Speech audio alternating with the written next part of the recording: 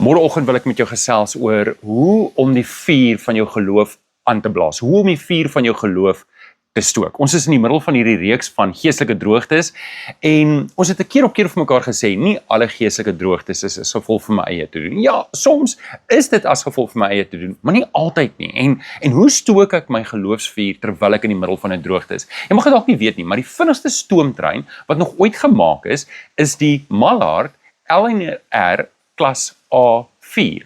En hy kon 'n topspoed van 202 km/h bereik het.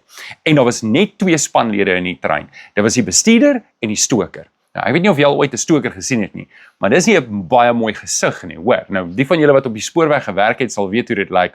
En ek wil juis met jou oor hierdie onderwerp praat, dat soms is jou stoomtrein op die gelykte en hy kan nie volle 202 km/h haal. Maar soms is jy besig om teen 'n geweldige opdraande uit te gaan in jou lewe. En dan moet jy daai vuur stook. En ek wil net 2 verse nou vir jou gee, want môreoggend praat ek met jou verder hieroor. 1 Tessalonisense 5 vers 18 sê, ons moet in alle omstandighede dankbaar wees.